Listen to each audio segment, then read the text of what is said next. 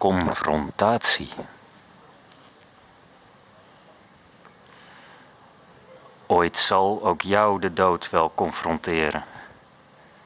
Met alles waar je nu nog weg voor vlucht.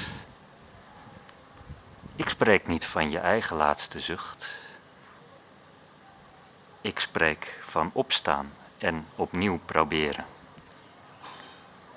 Wanneer je onpersoonlijk gaat beleren, met koeienwaarheid tegeltjes gerucht, maakt vriendschap plaats voor een goedkope klucht. Als puber deed ik dat zelf, het kan verkeren. Zocht ik nu van mijn jeugd een imitatie? Of voelde ik een toekomstvisioen? Vraag ik mij op de drempel van jouw gratie.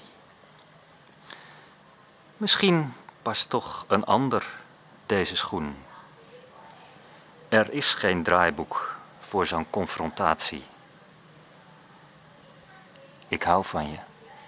Daar wil ik niets aan doen.